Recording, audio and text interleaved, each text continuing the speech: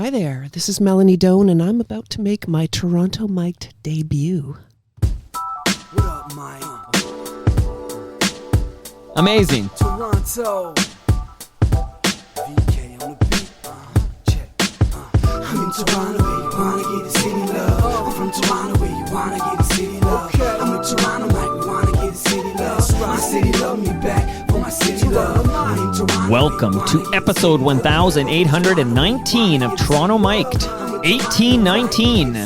Proudly brought to you by retrofestive.ca, Canada's pop culture and Christmas store. Save 10% with the promo code FOTM for a limited time. Great Lakes Brewery. Order online for Great Lakes at greatlakesbeer.com. That's two mistakes, Melanie. I'm so nervous. Oh my goodness. Order online at greatlakesbeer.com for free local home delivery in the GTA. Palma Pasta. Enjoy the taste of fresh, homemade Italian pasta and entrees from Palma Pasta in Mississauga and Oakville. Visit palmapasta.com for more. Fusion Corp's own Nick Aini's. He's the host of Building Toronto Skyline and Building Success, two podcasts that you ought to listen to. RecycleMyElectronics.ca. Committing to our planet's future means properly recycling our electronics of the past. And Ridley Funeral Home, pillars of the community since 1921. Today, making her Toronto Mic'd debut, it's Melanie Doane. Welcome, Melanie. Thank you so much. Very excited. Well, you're cold as well. I can see you shivering over there. I did, good. For the record, I want to let the listenership know that I did offer to get like a little heater down here for you because it's cold. No, it's great. You sure? Okay. Yeah, I love it. But you are wearing a very heavy jacket in the basement, inside. It's true. So how are you? I'm really good. It's so fun to be here. I love this. It's very cool vibes down here. Can you describe it for the listenership? Well, the and me? artwork, the albums, the memorabilia, it's a feast for the eyes, really. Now, I don't know your age. In a moment, I'm going to Very tell you how old. we're connected. Well, did you read Mr. Muggs when you were in school? Mr. Muggs. Like, does that name mean anything? I'm from Nova Scotia, so Okay. you have to think about that too. No, you know what? That's a good point. I think it might be an Ontario phenomenon. Like, I think so. if you're a certain vintage, your readers in like kindergarten were Mr. Muggs readers, and I kept one, and it's even got it's from 1976, and I'm pointing to it now. But I just uncovered it because now I realized all my kids have already learned to read. So I have this, but it's up in the studio now. But that sheepdog is Mr. Muggs, and Mr. Muggs taught me to read. I love it. We did not have Mr. Muggs where I Nova grew Scotia? up. Sorry about that. Well, don't apologize. But whereabouts in Nova Scotia did you grow up? I grew up in Halifax. Oh, that's the big smoke. Yeah, it was a great place to grow up. Mm-hmm. And how old are you when you leave Nova Scotia? I left quite young. I've been here pretty much since I was about 20. I took a 10 years ago. Couple tries to get here for goods. I came for a summer, went home again, and I was working in theater at the time, and I went back to do another season at Neptune, and then I came back up, and that was the one that stuck, and that was quite a while ago, and 5 years ago. Okay, well, we're lucky to have you here. Let me tell you how we're connected, okay? Okay. So, do you have a PR representation? Like I'm trying to think of who's the woman I spoke to that suggested you come over? My friend Deb McCain. Okay. Yes. Okay. So Bob Willett, who comes over every month for episodes of Toast, and he can be heard on Indie 88. He's probably on right now. He's on all the time. Yeah. So he connected me to Deb. Is her name? Yes. Okay. And then, but here's the mind blow, because Bob, when he was at Proud FM, would produce a morning show there that featured Mary Jo Eustace. Yes. So Bob Willett connected me to Mary Jo years ago, and I worked very closely with Mary Jo Eustace on her podcast that featured her ex-husband before she went solo, if you will, and that's we could do 90 minutes on that. Yes. But Mary Jo would often speak of you. I guess you guys are buds. We are. I love her dearly. She's a wonderful friend and a wonderful talent, as you know. And that's pretty cool. Yeah, I produced X's and Uh-Ohs. Yes. Is this I don't know. This- I'm looking at you to see how you'll respond. But I mean, you probably Blank. I have a blank face. blank face. But if you know Mary Jo as well as I think you do, then you know we recorded like 11 episodes of this podcast, which was her and Dean McDermott. Mm-hmm. And you guys can Google that story. But Dean, after 3 or 2 episodes, maybe after 2 episodes, Dean basically said, I'm tapping out. I'm not allowed to do this. You can't drop the rest of the episode. So Mary Jo and I have this like vault full of like pretty interesting content that we've never shared with the universe. I bet it's very interesting, and it is another story for another day, perhaps. Although, I don't have a lot of insight except Right. to say, I hear you. Okay, I well, see you over there. You see me I over see here. you with this story. Is there a wink there? Let me see here. I'm not doing blank. No wink. She's completely blank. Okay, so just wanted to say hello to my friend Mary Jo Eustace and also to Bob Willett, who introduced me to Mary Jo many, many moons ago. Wonderful. I love Mary Jo. How did you meet Mary Jo? Well, strangely, I knew Dean first years and years ago, but not in the way you're thinking I'm saying we went out or something. That's not. No, but I have produced a podcast for a woman who did go out with Dean pre-MJ. Right. That's not me. No. But Dean and I were acquainted because I was doing theater and there were a lot of Right. TV people. And when I moved to Toronto, all the kids were out doing auditions and that kind of thing.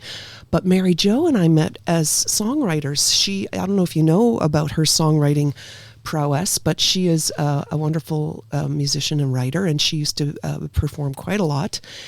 And we met through my brother. She and my brother were co-writing some stuff, and I was in the loop with the Pure Music at the time. David Baxter, shout out to David, who we lost a few years ago, and a wonderful member of our musical community here in Toronto, was connecting musicians, young people.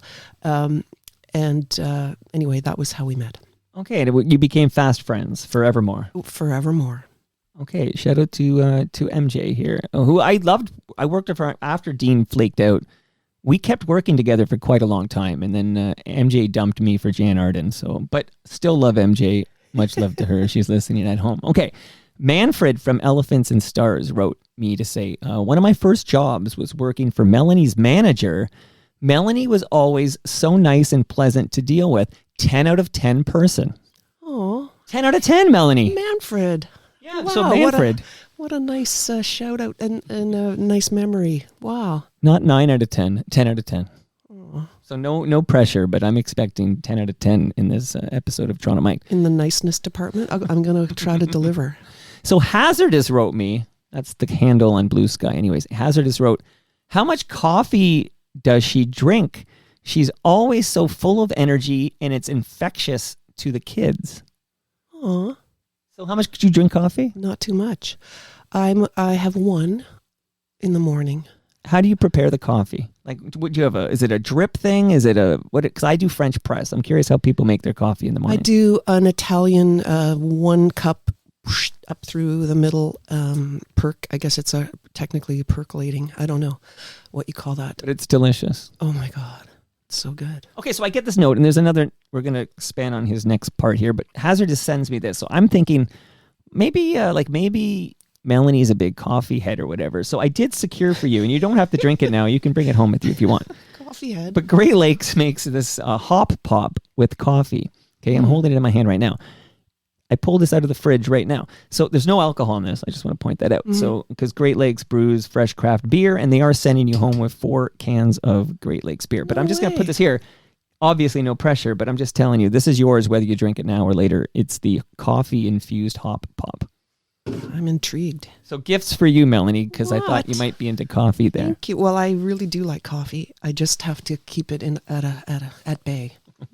So we're going to get to this whole notion about infectious to the kids. Like, what are you talking about? Melanie Doane, the musician, I got to hear on the radio. But Hazardous writes, her ukulele program is so great and touches so many families. It's mind-boggling how many kids she helps. So before we get into the music, because I'm going to go back with you a bit, like these are 2 items that Hazardous is referring to, some kind of music school and some kind of ukulele thing. Would you please tell us what Hazardous is talking about? Oh, I'm just loving all this lovely feedback.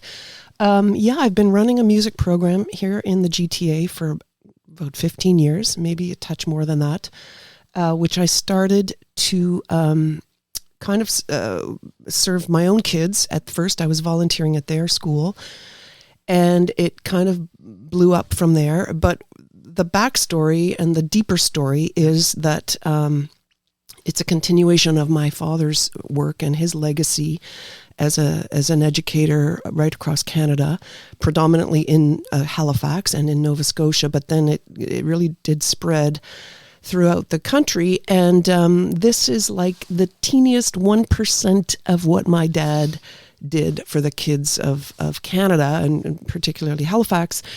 And I, at a certain point, was like, who's going to do this? How are my kids going to get this amazing education that I had? Because it's not happening. It's not only, decreasing as the years go by. The teachers are being stressed and put under, that's a topic, and we can talk about it. But meanwhile, while all this is going on with teachers and funding and all of that, who's going to teach the kids? And that's something I know how to do. So I kind of stepped in, and after a little while, I realized someone pointed out to me, you're running a charity. And I was like, oh, is that what that is? And they were like, well, why aren't you charging? Like, this is like, they're getting you at school. You're teaching. Why aren't you charging? And I said, well, I would like it to be free. And they're like, okay, so heads up, that's called a charitable organization. Right. Get your act together. So that was good. That was, I didn't know that really, because the example I had was it's free for our whole city because it was part of our school board. It was part of, my dad was with the school board. Right. And I just thought, well, it's got to be free for everyone, and great, the best teachers, the best of the best. So we did become a charitable organization, and that's been happening for quite a while, which meant I could ask for help from people who wanted to help kids in our community, and that's what I've been doing. So it's been growing and growing, and I'm really proud of our kids who are learning music literacy, and we use the ukulele as the tool to deliver all aspects of education. So they're learning to sing and play and use their ears. We call that ear intelligence, or ear training. But also we're learning to read off the page, and we're learning to read lead sheets and improvisation and all kinds of the real music literacy stuff. And we're feeling great about the work. Well, Melanie, this is amazing. Like, a lot of people are like, oh yeah, Adam's Rib or whatever, or Still Desire You. But this whole chapter of your life, which, 15 years you said? Mm-hmm. Like thousands of students in Toronto elementary schools, Doane Music. So is it U School? Doane Music School. We were called U School. It was called U School, meaning Uke School. Right. And every time people would introduce, they would say, and here's Melanie from the school or something. Well, I just struggled with it. It is I don't know why. Once you hear it, it's easy, but for some reason it was like, what is that? So that's why we changed the name, and it's a little clearer. And really for me, people get a little bit hooked on, it's a ukulele thing. And it is a ukulele thing, but the uke is the vehicle. It's about the music. So we're training brain. The instrument is a brain, right? When our brains can make music, we can play all the instruments. And that was my dad's philosophy. That's why all the kids in our family and the kids in Halifax, honestly, play all the instruments. I mean, there's such an explosion of people that have come through that program, and me included. Well, you're a Doane. Did Sloan come through this program? There are some members of Sloan who went through the Halifax program. I'm not surprised. Absolutely. Yeah, you shouldn't be surprised. No. And others, there's East Coast explosions happen for a reason. Sarah McLaughlin, did she go through the program? She was out there at that time. She did. She was in choir with my brother and I, and she also did things, private teaching. I know she had private teachers, and that was something that a lot of us didn't have. Right. And she talks about that clearly when she's talking about her upbringing. But she had the benefit of the teachers in her elementary school. That was because of my dad. She was in my choir in high school. Like your dad, who I'm going to speak about in a moment in a little more detail. But how about Matt Murphy from Super Friends? I don't know Matt personally, but I know that everyone who grew up in the area. Joel Plaskett.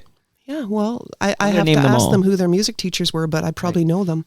That's okay. So your father's name was Chalmers Doane. That's it.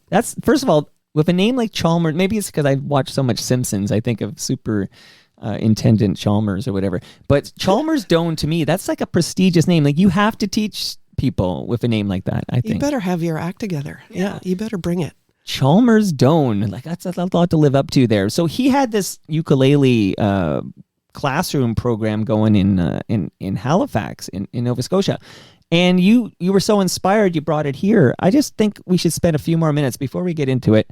And I do have to ask you about Ukulele U, but because that came up as well. A lot of uke talk on this. But when I think of ukulele, can I tell you, I think about, and I don't want to spoil this show, but it's like so old, maybe I'm allowed to spoil it. It's decades old. But I think about a scene in Hawaii with Dr. Mark Green from ER, with that Somewhere Over the Rainbow / What a Wonderful World ukulele by Israeli. Yep. I'm going to butcher his name.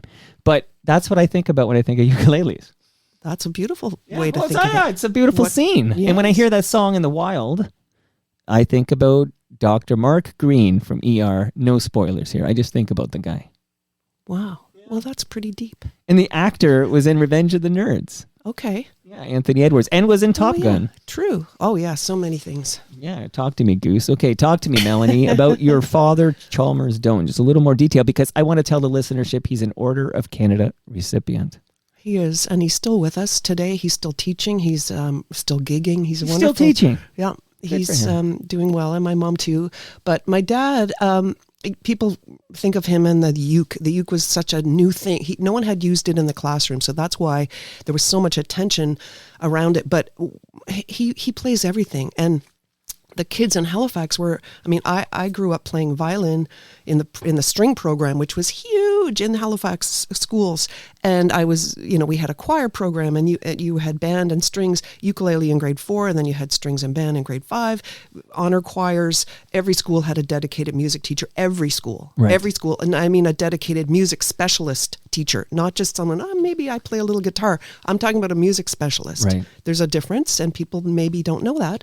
But anyway, that was, and his goal was to have a symphony orchestra within the first however many years. He started in 1968 in Halifax, and he was there through into the 80s. So it was a huge program. and yeah, so yeah, I could. By the way, I can get you a water. I should have offered it earlier, but you do have. I'm gonna go crack open my Great Lakes. Yeah, you know what? Do it. Go big or go home. That's what I say, Melanie. But kudos to your dad. Like the number of students. So I think this is wonderful, and I think you're absolutely correct. Like, the first thing to get cut seems to be the arts. Like, it seems like, okay, we have to make some tough decisions, and then suddenly music seems to disappear. Can you speak to how underappreciated and undervalued musical education is in this country? Well, it's a funny thing, because I think really everyone does think they want it. I think everyone kind of has already come over that hurdle. Yeah, we know it's important. Oh, it makes your brains work well, and we love music in our lives. I think people actually do say that. I mean, I hear people say, my parents all want it, principals want it, everyone says they want it. It's actually in the curriculum at all schools. But who's teaching it? That's where I'm at now. As I look closely at where are we, and is there a room for the music, and is there? So yeah, it does come down to the funding and the. I almost think it's more of a respect for what's involved. If people kind of think, oh yeah, we do have music at our school. We put on some movies, and people listen to something about someone that did a documentary, and that's our music class. Or we listen to Beethoven, and the children draw pictures. Well, right. That sounds fun. Yeah. Is that music education? Not at all. So what is it? And that, I think, is the next step. And of course, when there's no money for any of it, and they're closing down, even classrooms are being closed in schools for silly reasons that don't make any sense. They're supposedly because it costs money to vacuum the room.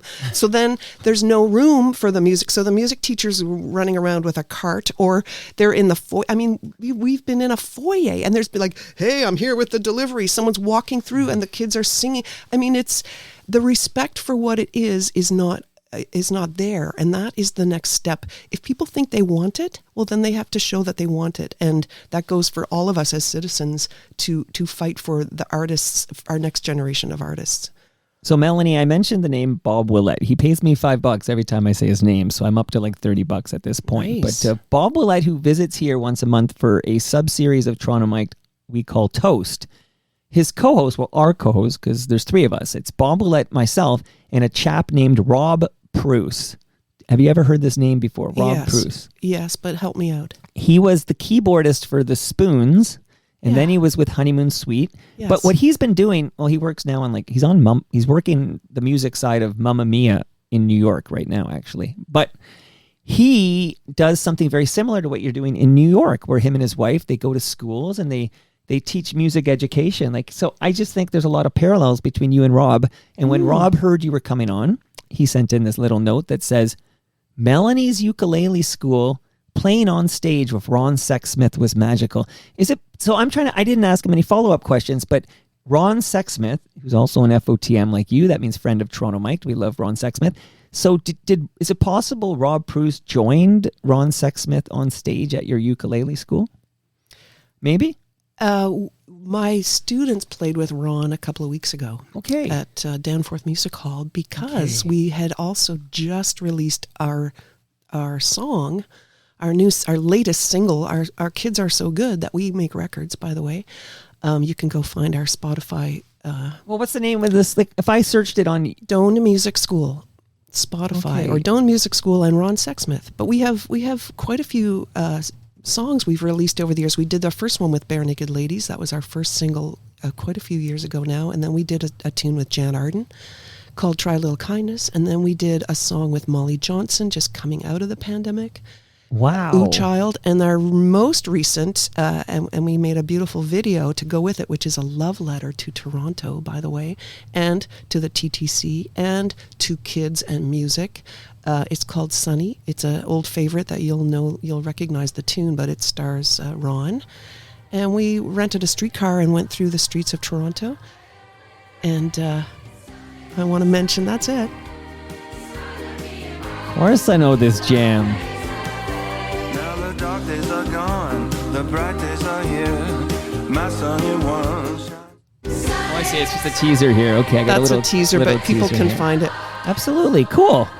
It turned out great, and our friends at Revolution, you may know the studio, they have helped us record. When I need to have 200 students in a room to record, that there are not a lot of rooms in Toronto anymore. Sadly, we don't have many of our big studios these days, and our friends at Revolution have been gifting us recording time. So thanks to them, we've been able to do these beautiful recordings. Okay, so we've covered a lot of Doane Music School ground here, and I think what you're doing is totally awesome. Oh, thank you so much. Totally awesome. Thank you. I have a team of 15 plus teachers. I'm in school every day. I teach almost every day, and we do actually go up to grade 12. So our kids who want to stay with us are the ones who get to play with Ron or go do something with Jan Arden, etc. Because they're really good, and we know how to keep them playing and learning. So see, I feel bad now. I said negative. No, I didn't say anything negative, but I said MJ left me for Jan, and here she is surfacing in all glory in your stories. So sorry about that. And Jan, you're not listening, but if somebody who knows Jan is listening, I would love Jan Arden on Toronto Mic'd. I'm just throwing that into the universe. I'm sure she would love to join. Don't be so sure, because don't be so you're sure. Dissing her all the time. Oh, never. So you can't diss a legend like Jan Arden. She's everything. But much love to Jan Arden, much love to Doane Music School. But I wanted to ask you about Ukulele U. Sure. And I know that this involves Bob Ezrin, who's another guy I want on Toronto Mike. So I'm throwing all this into the universe because what do I have to lose, right? So I'm just throwing it out there. Bob Ezrin. He would love it too, I'm sure. And he's here now. He's here quite often, I think, yeah. I think he lives here now. Well, yeah, he travels around, though. You never know. He's traveling around here. Okay, so check it out. Tell us about Ukulele U, and then we're going to go in the time machine. Okay, well, Bob approached me about this idea he had to make a show for CBC. Well, it wasn't necessarily for CBC, but he wanted to do a show. And it was really fun to have him call me up and kind of pitch the idea, because I didn't even know why he was calling, actually. When Wait, he just cold called you? Or I had a call from a friend of his who said, Bob Ezrin wants to call you tomorrow or something. And I thought, he's heard about the work I'm doing in school, and he wants to, whatever. He wants to borrow a ukulele. Make a donation, or he wants to tell me good job, or I don't know. Send Alice Cooper over to to play school. to hang with the kids. Sure. Yeah, it's something wholesome. Yeah, just through the wall with your children. All in all, it's just could do. I mean, it could still happen. We're always talking about those ideas. But anyway, he had this idea for a TV show. He wanted to do. He was all excited about the ukulele, and so we set out on this journey. And a number of years later, we were on CBC Kids, and we made 52 episodes, which is a lot. And shot them one summer and during the pandemic. So it was all a pandemic project, which was quite an endeavor. Right. And I'm really proud of it. And you hosted this show. And I hosted it. Okay, so you're doing a lot of work on this show. You're executive producer, you're the writer, you're the composer, you're the host. You're doing it all, co-created with Bob Ezrin. So Melanie, here's a fun fact about Bob Ezrin. When Blair Packham, lead singer, founder of the Jitters, his early demos were produced by Bob Ezrin. So, I did not know that. Yeah, but Bob Ezrin. It's not a surprise. That's not a surprise. Think of the big three. I would say The Wall, Alice Cooper, Blair Packham. It totally sounds right. The big three. All right, so congrats again on the Ukulele U and Doane Music School. Are you comfortable with going back in the time machine? And let's talk a little bit about your, career as a pop star. Is that cool? Love it. Okay. So before I press play on this first jam and we talk about, it sounds like your dad inspired you, but we'll get more of the origin story and find out a bit more about your career. I do want to tell you, in my freezer upstairs, Melanie Doane, is a large frozen lasagna that was sent over here by Palma Pasta. You can take that home with you. What? Yep. No way. You thought it was just beer, but it's actually beer and lasagna. Wow. And so great. A measuring tape for you, Melanie Doane, from Ridley Funeral Home, and they're pillars of this community, and they've been here in New Toronto since 1921. Really? 1921? Yeah. I was just a kid back then, Melanie. So. Yeah, you were just a little sparkle in someone's eye. Yeah, my great-great-grandfather. There Okay, you go. So speaking of going way back, this guy was around a long time ago. Let's play a little bit of this.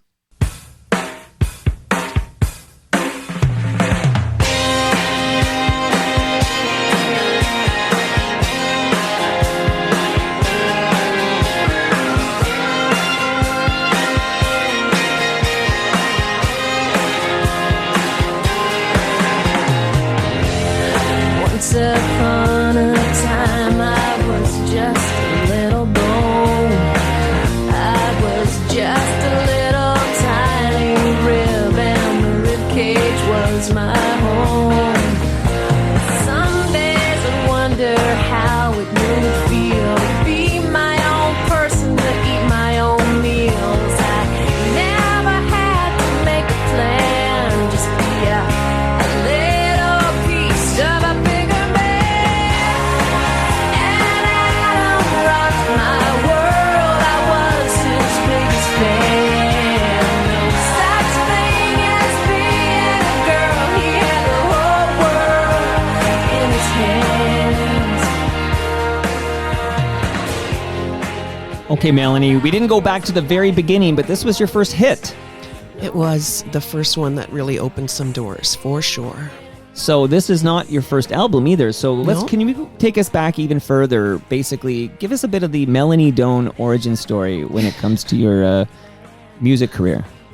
Well, I wasn't planning to do it, so that's interesting. I went to music school, and then I got a gig at Neptune Theatre and suddenly was doing theatre.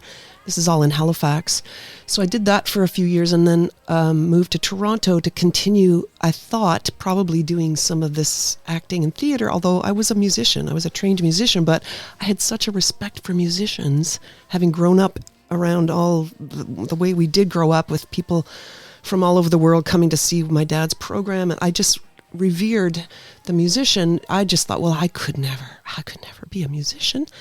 But of course, I didn't know much about the acting world and theater people, so I was much more ignorant and had more confidence to go that way because I didn't know any better, which was very helpful, really. Anyway, eventually, after doing many interesting theater things, something took me to Broadway at one point because I played instruments, but I could also be an actor and whatever. That happened, and then I was playing as a sideman for many different people. Eventually, I realized, this is like going across Canada in a van is a lot of work when it's not even your music. And I started to kind of get it in my head, like, well, I think maybe I have something to say.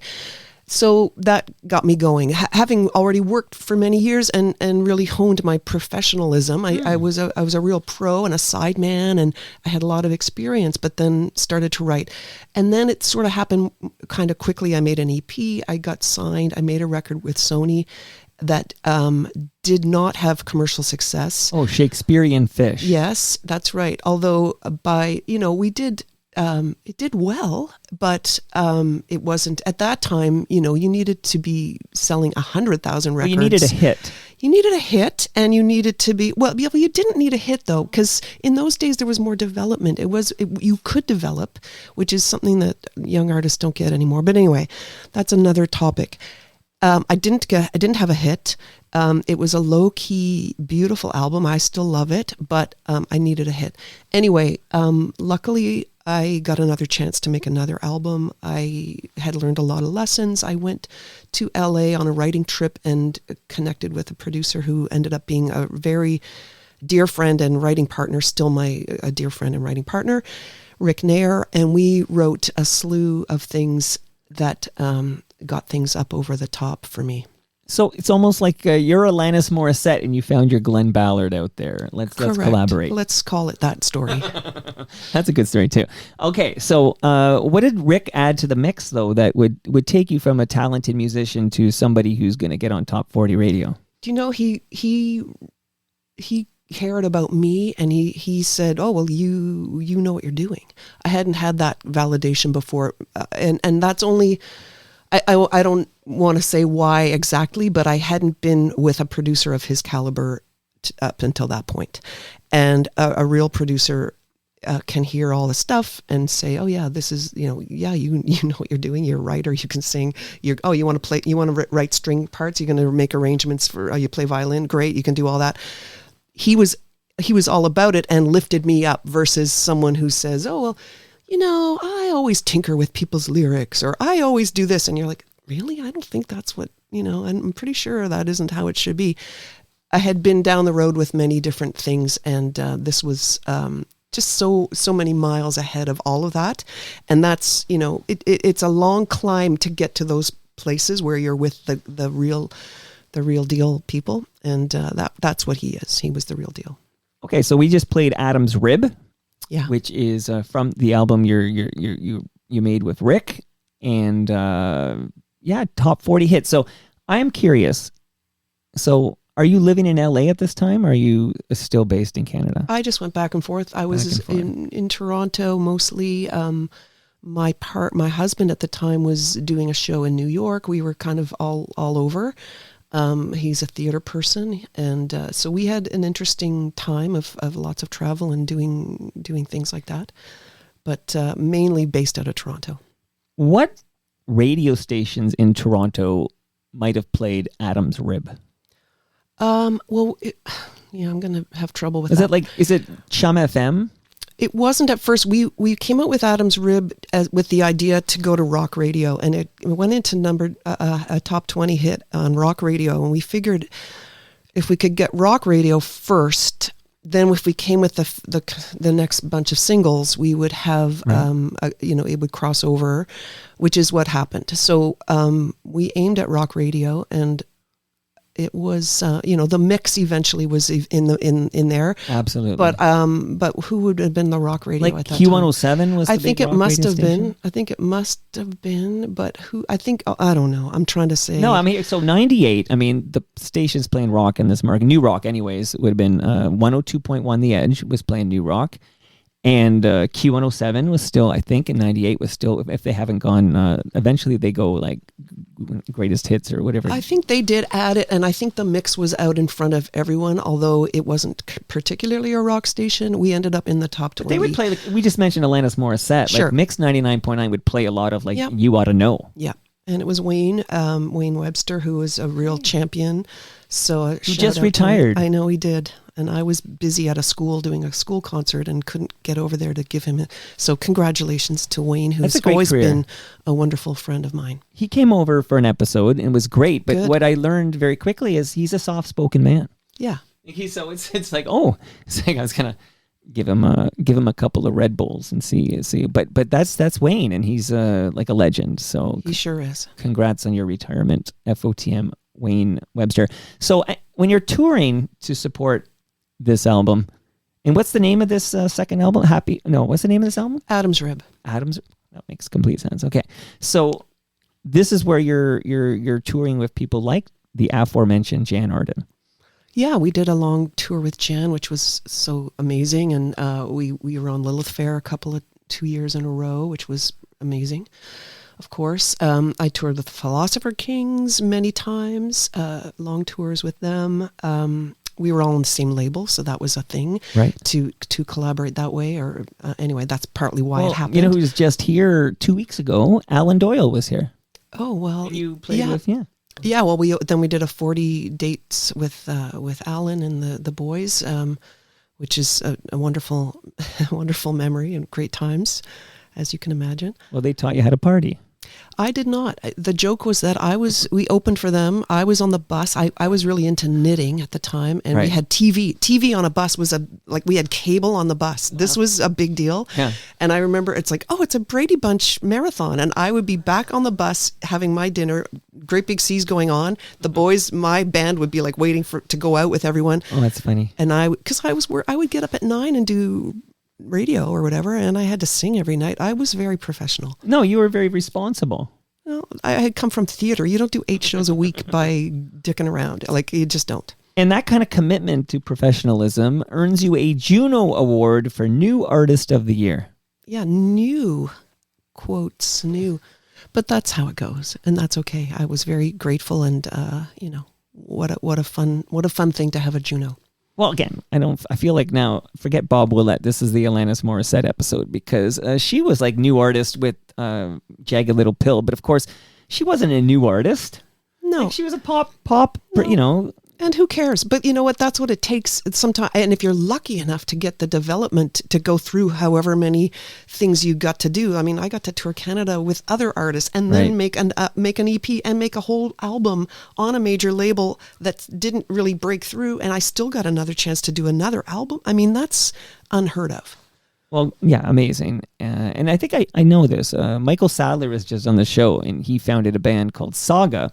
And Saga got like the same award from the Junos, and they were like 6 albums deep or something like that. Yeah, and in those days, you really could go 6 or 7 before you had a hit. I mean, that's really the way it used to be, which is, really as it should be. Artists need to develop. Well, I feel like maybe a couple of minutes on that. Like, so what advice would you give a new artist today? Like, they're not giving you the time to develop today? You know what? It's so confusing. I wish I knew how to give good advice. My own kids are musicians, and all I can really impart to them is to be good and to love what you do, and learn to be a pro. Take care of if you're singing, know how to take care of your body and your voice. Play as many instruments as you can.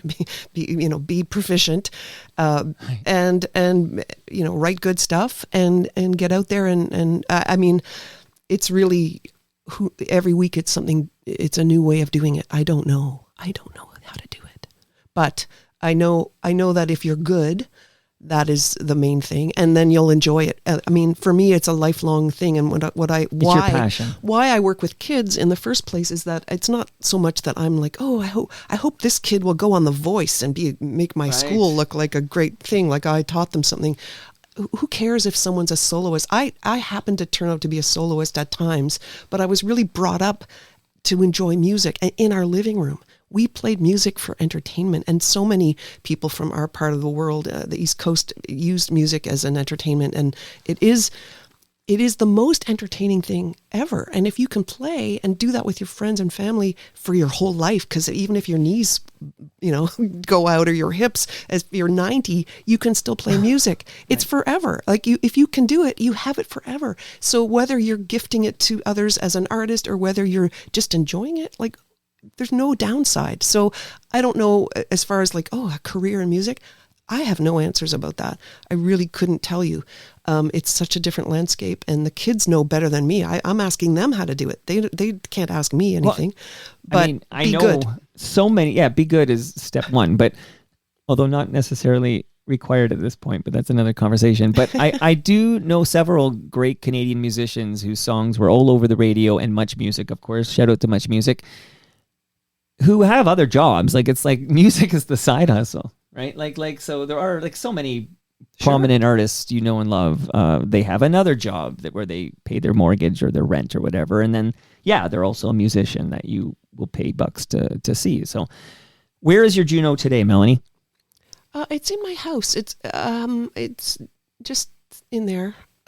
I don't have a shelf built or anything special. You didn't build a, I do think I'm proud of it. So it's on display somewhere in that house. Kind of, I wouldn't say it's on display, but it's in the house. If you invited me, because you should, if you invited me over for like a Christmas party or a holiday party or whatever. You're invited. Okay, thank you. Just remember to give me that address before you leave. Okay.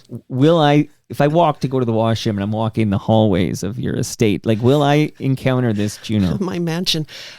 You would see it probably when you come to my house. It would be somewhere. Okay. If you looked carefully, you would see it behind some other things somewhere. Well, I'm gonna find it, okay. And I'm gonna post a picture on Instagram when I find it here. Great. But why do you part ways with Sony?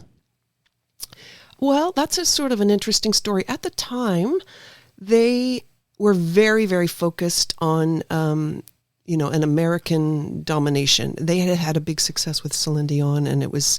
Never heard of her. Yeah, never heard of her. And it was unusual because she was signed to the Canadian company, which a lot of times the Canadian signed acts have... it can be a barrier because the American people have their favorites, and they have the bigger bucks, and they have the bigger machine, and they push that and artist. How are they? Yeah, so it was almost, I don't know how it all happened, but through talent and amazing hard work and all the things, Celine Dion was an international breakthrough, signed directly to the Canadian company.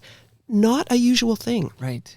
and that really enabled a lot of us who were coming just after her to have the benefit of, not only did the Canadian company have some resources at the time, which helped all of us and gave us an amazing experience because there was money to make videos and to send us across the, money, meaning our own money that we paid back, but it was there to get it going at least. That's all. It's essentially a loan, right?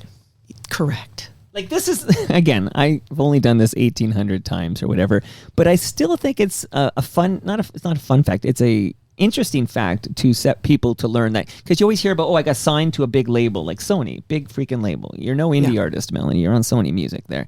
And like, you hear about how they got money for the video and they can spend a lot of money on the video and they're whining and dining and the bottle service and this and that.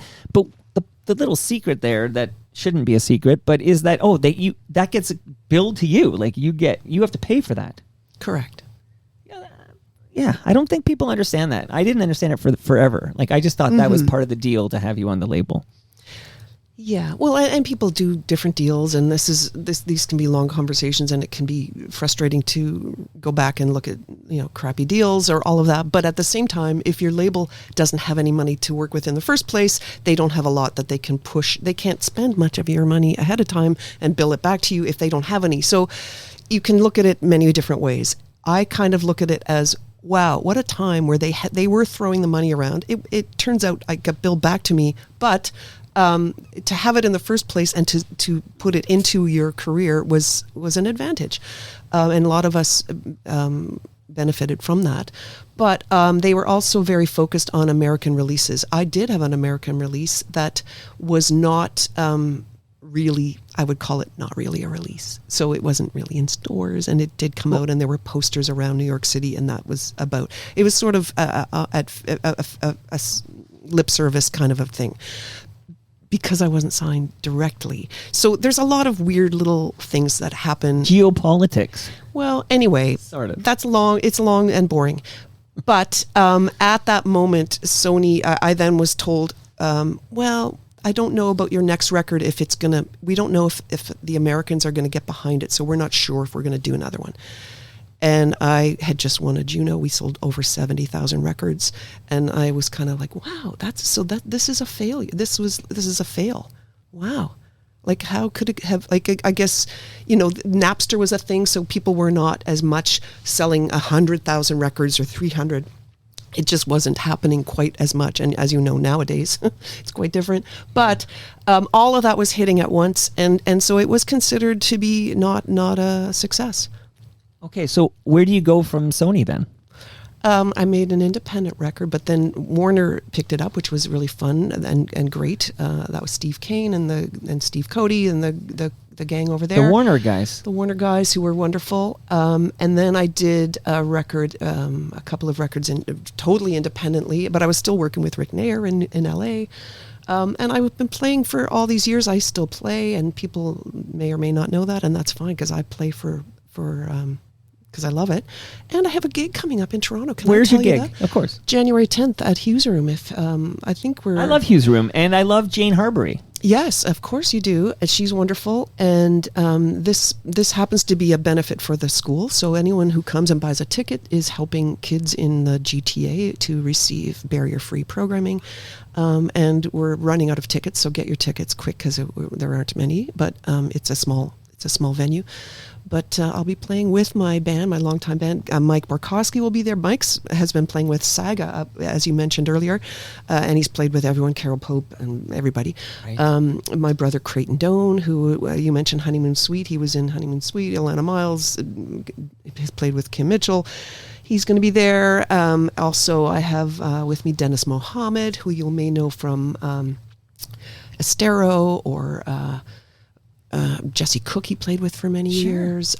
Just so many people I'm blanking, but they're seasoned, amazing Toronto players. Okay, so January 10th? January 10th, Saturday Okay, and night. there are still some tickets available. There are, but I don't think too many. And that's a great cause. Like very cool. All the money that we raise that night will go towards Doane Music School. Okay. Amazing. I'm gonna play another song because I have you here. I feel like you're comfortable now, and I am confirmed. I am actually recording, so that's an important detail here. And before I play, I'm just gonna drop a name on you, and you just have to tell me if you know this name or not. Okay? Only because we talked about Celine Dion and we talked about so many music and everything. Do you know the name Paul Farberman? I think I do. Okay, I just wondered if you know, because Paul was working at Sony, ended up working for Celine directly, and he's become a very good friend, and he's a good FOTM, and he brought snow into the basement earlier this year. So yeah, that's cool. He's like, I'm going to deliver you snow.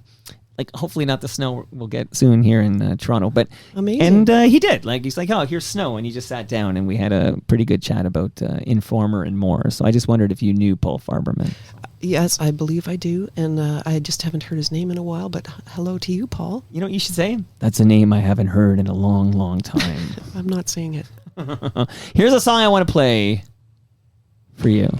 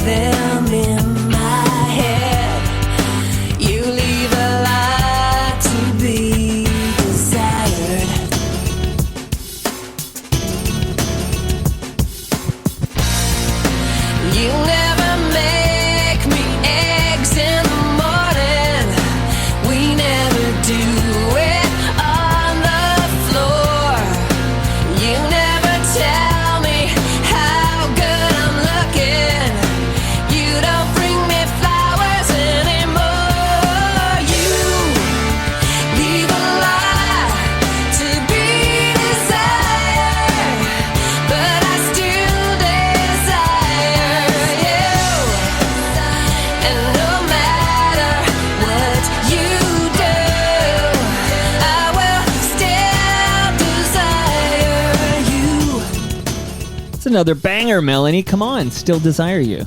Oh, well, thank you. Banger here. And fun fact, this reaches number 1 on the Much More Music Viewers' Choice Countdown. It did. And it was on that Women in Music, one of those Women in Music. This was a big releases. deal. Who did I just have on? I had Paula Cole on a few months ago, speaking of Lilith Fair. And this was a moment Paula. where these women in songs were huge. They were big. People bought them. You went to the store and you purchased What is it that we all suddenly discovered that, women can sing too? Yeah, some of us always knew that. Why didn't you tell us, for goodness sakes? Yeah, I know. We should have mentioned it. We should have been trying harder. That's the thing we just weren't doing. Come on, I had gotcha. no idea. But anyways, this is a big one, and it was all over Canadian radio stations. Still Desire You. Yeah, it was a fun one. Rick and I wrote this, and yeah, we had, I like to write a good song. Come on, you're a very talented woman, doing lots of great stuff here. Now, so I want to ask you about, licensing music for television and in different shows and stuff. Like, you've had a number of your songs that have been placed in different TV shows, right? Yeah, I've had some really good luck with that. It used to be something that was an income stream for sure for many artists. It's not really so much. They don't pay for it anymore, but they used to. Why don't they pay for it anymore? I think they don't have to. I don't really. Right? I don't really know exactly all the ins and outs. I should know that answer. Is that a streaming thing? Well, people don't pay for music. So then, something that might have been, we'd like to use this in 3 episodes of, I don't know, Brothers and Sisters. That was a show years ago or whatever. And it'll be, $20,000 per episode use or whatever. Good Gifts was a song of yours on Brothers and Sisters. Oh, yeah, that's true. It was. Good Gifts is a song I wrote for my mom. And, this song too. We'll bring it up in a moment. But let me hear about your mom. Yeah. Well, I wrote a song for my mom, and it got used in that Brothers and Sisters, but it also got used on an ad once, an American ad, and a wonderful singer, Glenn Lewis, sang. I didn't even sing it. It was like they did their own version, and it made so much money on this commercial that it obliterated my debt to Sony Publishing. It paid the debt off. That's amazing, because you're the songwriter. Because I'm the songwriter. Yeah. And usually, as we were talking about before, there's always such a debt built up of all these things they've spent money on. You recorded, and then you toured around, you had a tour bus, and then you did this and promotion, and you never can pay back these debts. But it made that much money on this song. I didn't really pocket a lot, but Sony did, and someone did, and it paid off that huge debt. Okay. And so one less thing to worry about. One less thing to worry about. It actually just meant that eventually I was making some money on my songs because the debt was obliterated. Which is so good. This song in the background, I'll bring it up a bit. Sure.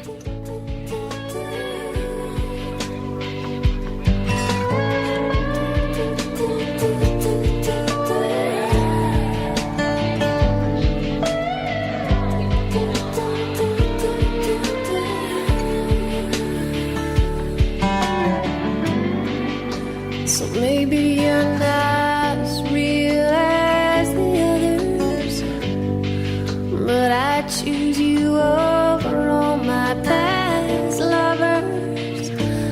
They've come and they've gone, but I can always turn you on.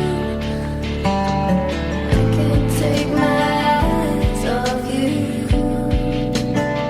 Melanie, I can't take my eyes off you. Wow. What show? What show did this appear in? That was in a really cool scene in Buffy the Vampire Slayer, where the 2 women characters are they're dancing, and then they start to they go up into the air, they float upwards, which was I guess an iconic moment in television. Yeah. So that's great. I love it. Yeah. So I'll just shout out real quickly, because I could ask you about all these things, but you've had a couple of songs that were on Party of 5. Yeah. I watched every episode. Did you? It was a big hit show. Big show, and it was right there on the Fox with I guess 90210 and all that was happening at the time, and yeah, it was a big show. Those were old times, though. That's it's quite a while ago, but they were big hit shows. Yes. I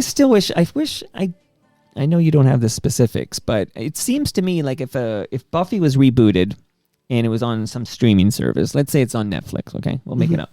So Buffy's now rebooting on Netflix with new actors, and they decide they're going to take that exact song and play it. You're telling me you don't get compensated the same way as you would have back in the day. You'll get the call. Oh, it's gonna go to Netflix now. We still like to use your song, but we might just get someone else to write something if you don't want it. We can offer you $200.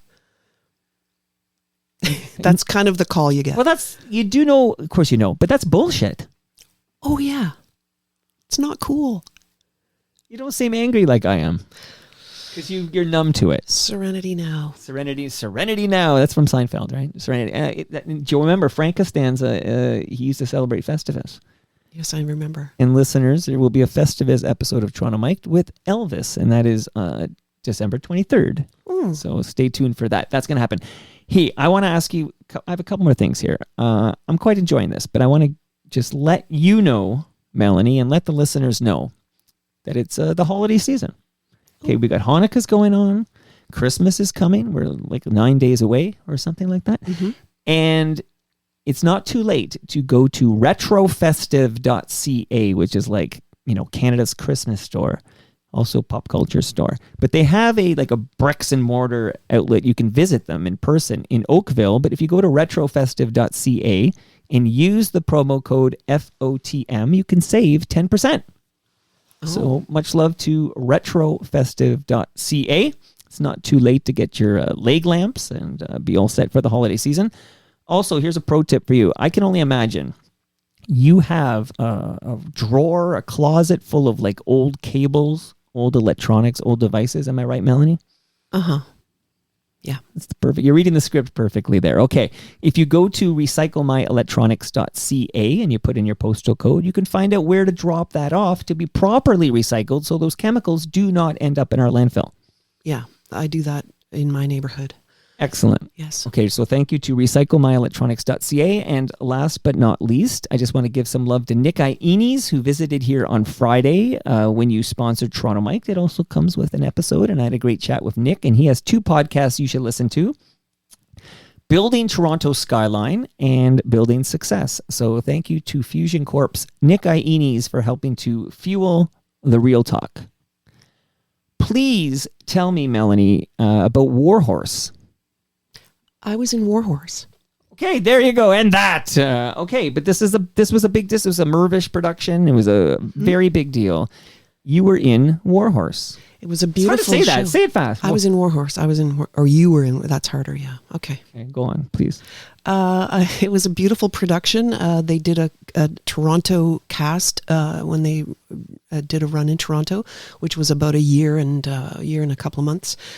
And I auditioned for the part of the song woman, or I think I was called. And it was already a hit on Broadway, so people were auditioning and knowing already a lot about the show, a beautiful story. And I got the part and decided to see if I could add in 8 shows a week to teach at school on my day off, all the things. 2 little kids. It was kind of a lot, but a wonderful, amazing cast, beautiful experience. Amazing. And I also, because I was looking at all the awards, and I know I can find your Juno when I'm at your Christmas party. If it's okay with you, tell me, don't do that. See, people tell me, and I don't get invited to much, to be honest, but they'll be like, oh yeah, we're having a party at 8 o'clock. Okay. Blair Packham, who does invite me to stuff at his house, he'll be like, we're having a party at 8 o'clock. I am wired as such that if you say a party's at 8, I'm actually there at 8. Okay. Right. And I show up at 8 and I'm the only one there. I have that. So problem. You have it too. So I said it to Blair, I feel like, speaking of Seinfeld, I feel like Kramer, why don't you tell me the time you want me to arrive? Right. Like, don't say 8 if everyone's coming at 9:15. Well, it's like a cool thing. I'm not very cool. I'm as square as can be, so I'm going to be on time. And I like to be professional. And even if it's a social thing, I'm still like, but what if they really did want me there on time? And then I'm not. I have to take a chance and be a loser and be on time. Well, so that's we're the what same. I do. That's what I do. This is why we're hitting it off here. We both are. have beautiful blue eyes, and we both arrive on time. So I just feel like if you're having this Christmas party and you want me to attend so I can find your Juno, because there's another award I'm going to be hunting for, just tell me what time you want me to arrive. Like, don't say we're having a party at 8 if from 8 to 9, I'm just watching you prepare food or something. Yeah, really. Just give me the time to arrive. Totally. Thank you. Okay, that's all I ask. This is the new rule for 2026. Just tell me the time you want me to arrive, especially because I often bike to things, so there is no traffic or whatever. It's sort of like I know to the minute what time I'm going to be at your door. Right. Yeah, I just can tell you exactly what minute I'll be there. You won Best International Actress at the New York International Independent Film and Video Festival. You're really digging around for things. Well, you won this. Like, I don't know, New York International Independent Film and Video Festival. It could just be some guy in his basement who made this up. But I get a feeling, this is, by the way, for Black Swan. Is that an actual award I would find in your house if you invited me over for the Christmas dinner? It's not an award in the house, but it did actually happen. And a Black Swan it was a movie I was in, and it was before the other Black Swan. So that's kind of funny. It was a Canadian independent film, and also funny. It aired on I don't know, some late night, maybe CTV or something. It happened for a couple of years. It was just on every night at midnight or something. Forever. I did good work in it. Michael Riley was my co-star. Michael Riley, if you know the actor, very, very well-known Canadian star, and luckily got to be opposite him in this thing, and it was actually a really fun experience. Well, you wanted I think that's a prestigious award that you won there. It's kind of cool. Thank you for that. Well, I'm gonna be looking for it somewhere in that house now. So speaking of actors here, so Gary Sinise, what encounters have you had in your life with the legendary actor Gary Sinise?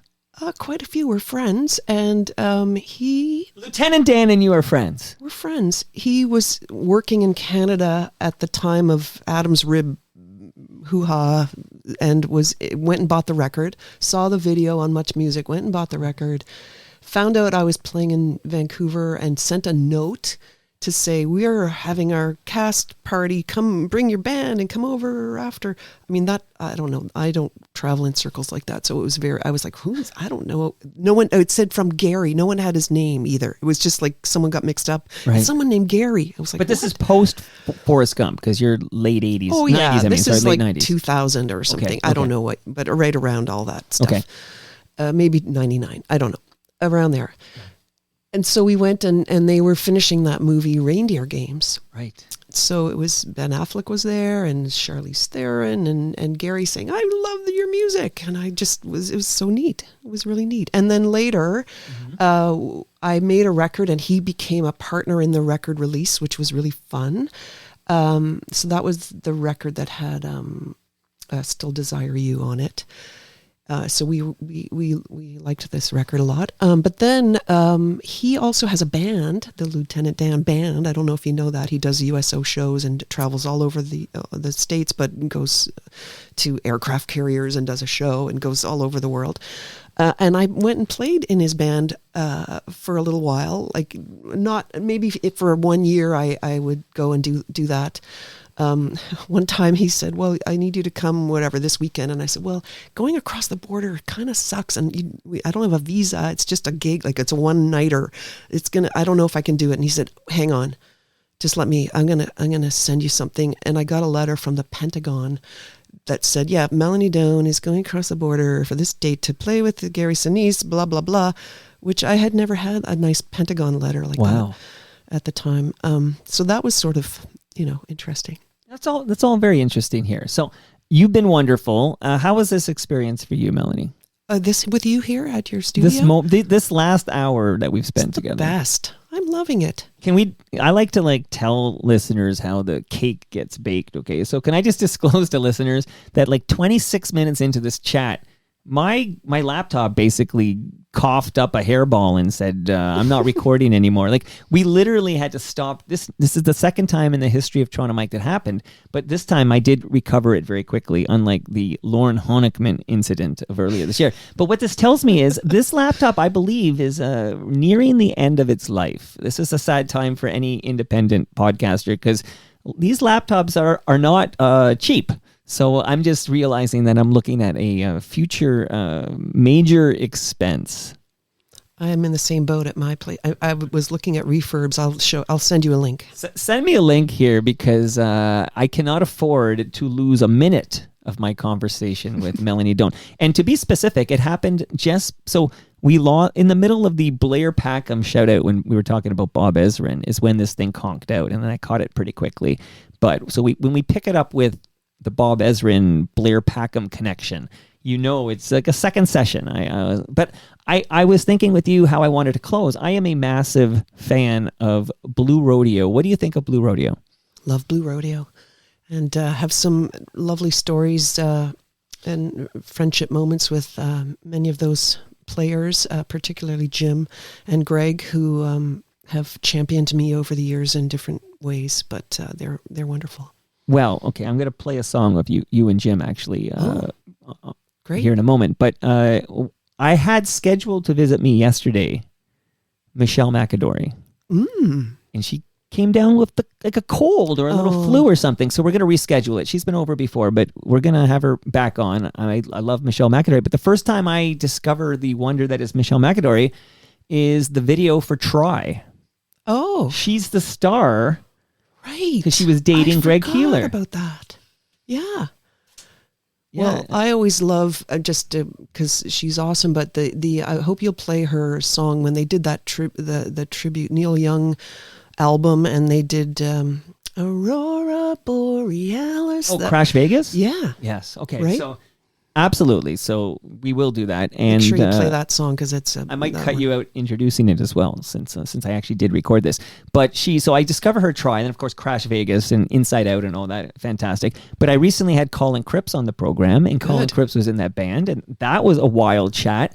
But here's a question that you can't answer honestly, so it's more for the listeners. But I was on I think some Reddit thread or something, and it was who do you prefer, Jim Cuddy or Greg Keeler? And it's, for most of us, it's like saying, who do you like better, Lennon or McCartney? Like, they're both essential components in this wonderful thing. But it is amazing that this band has these two songwriters with distinct styles where you could be like a Cuddy guy or a gal, or you could be a Keeler guy or gal, or you can enjoy how they come together. Blue Rodeo, I'd say now that the Tragically Hip sadly is no more, Blue Rodeo, I think, is probably this country's biggest active band. What say you? It seems like, there's some women solo artists that I'm going to throw them in there because the Sarah McLachlan and the Jan, and of course, these are iconic also artists. So anyway, we should put a caveat in there that apparently Rush is back. So like I used to phrase this when Rush was gone, although it is, it's one member of Rush has passed on, but it's still a reunion tour for Rush. But here's the song I want to play and just spend a little more time talking about Jim before we take our photo by Toronto Tree.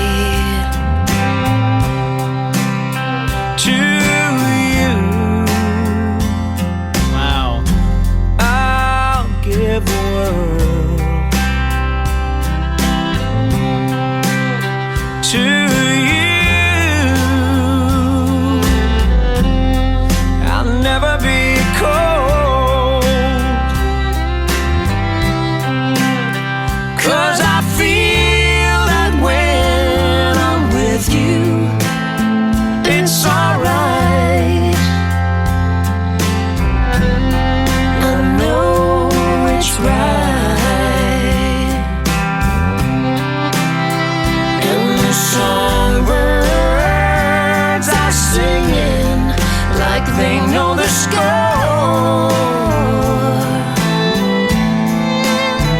And I love you, I love you, I love you like never before. Move over, Greg Keeler. Cuddy's got a new dance partner here. Songbird. Beautiful. Thank you. Well, So tell me about this project. It's everyone's dream to sing with Jim, so I feel very lucky to have recorded with him. I also played fiddle on his first solo album. I don't know if you know that. I'm the sideman fiddle player on his first Jim Cuddy record, which is another proud moment for me. But the reason Jim even knew about me is I happened to be on a gig with Greg in Nova Scotia at a songwriting circle in Cape Breton, and Greg and I hit it off because he was like, jump in, and I was playing and joining in. And I think then he told Jim, you should check out this kid playing whatever. And that got me a gig with Jim, and then we've remained friends. So kind of cool. Very cool here. Now, Ann Lindsay is the current fiddler She for is. Jim Cuddy. And she's a friend of mine and someone I love and admire.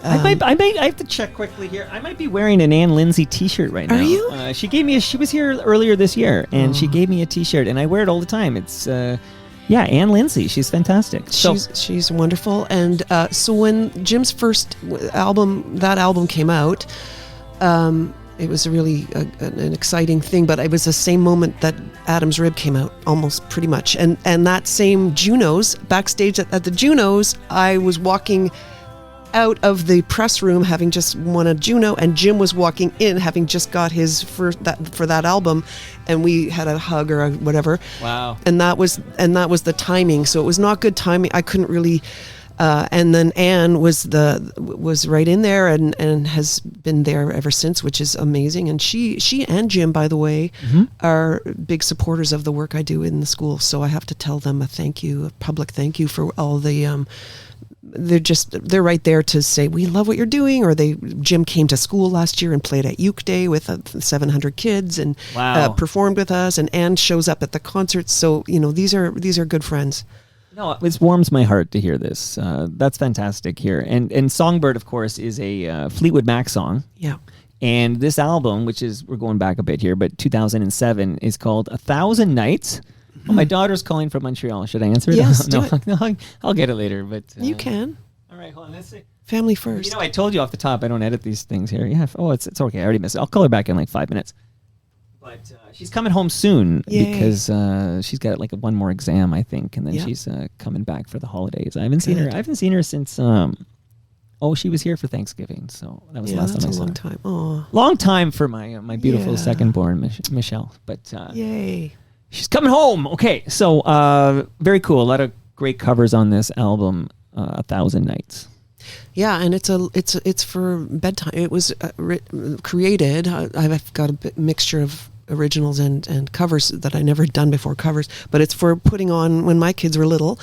At that time, it was for putting on at night. I was inspired by Sean Colvin and her lullaby album, and I didn't want it to be lullabies, but I wanted these songs to be reinvented as lullabies. So that's why I did that one. Remind us again how we can see you at Hughes Room. I know it is January 10th, but how do people get tickets? Yeah, you can come to the Hughes Room website is very user-friendly. And I think I have a link on my Instagram as well, Melanie Doane Instagram. Come and join me there, or, wherever you find your tickets. But I think they're just at the Hughes Room website. Hughes Room Live.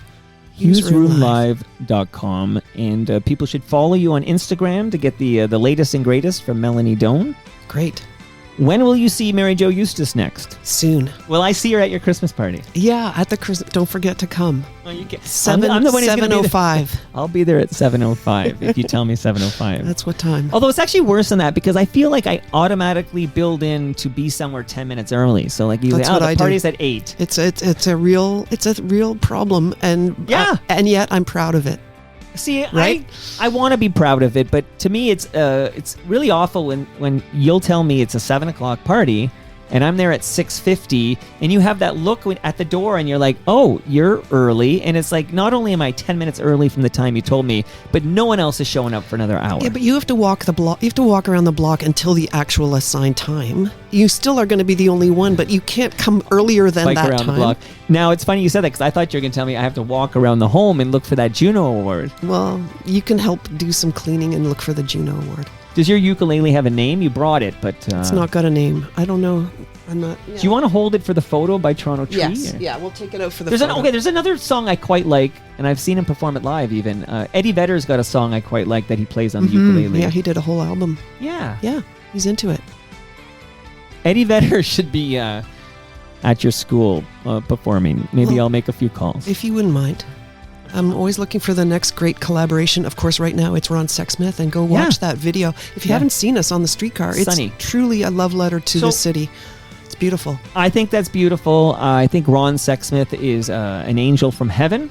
He sure is. Last year at this time, I was having him on because Taylor Swift's future husband has a podcast, and Taylor Swift's future husband speaking of Fleetwood Mac, did a duet with Stevie Nicks of a song written by Ron Sexsmith, and this was like a minor hit. Like, Good. so, and it went to number 1 on the holiday charts, and Ron Sexsmith said, this was about 1 year ago, he said it was the first time he was number 1 on any chart. And Travis to Kelce, believe. I couldn't remember the freaking guy's Right, name. yes, I so remember. Travis Kelce and Stevie Nicks covered Ron Yes, I Sexsmith remember. 1 year ago. Yeah. Ron, that's going to happen to Ron every few years because he writes beautiful songs. He writes beautiful songs. That's why keep writing, everyone. Never give up on your dreams. And congrats to you on a great music career, still performing. You're at Hughes Room Jantan, and for this wonderful work you're doing to teach our kids about music, and the show you had on CBC with Bob Ezrin. Melanie, you. I'm glad we met. So nice to be here. Thank you so much. And that brings us to the end of our 1819th show. Go to torontomike.com for all your Toronto Mike needs, and much love to all who made this possible. That is retrofestive.ca. Use that promo code FOTM right now. Have you ever met Gino Vanelli? No, sure like to. That's on your bucket list. I'll bring him to your Christmas party. Love it. Great Lakes Brewery. I'll bring some GLB. You're bringing some home with you. Palma Pasta. Don't leave without your lasagna. Nick Ianni's and recyclemyelectronics.ca. And of course, Ridley Funeral Home. Brad is here Thursday for another episode of Life's Undertaking. See you all tomorrow with God Guy, Drew Marshall.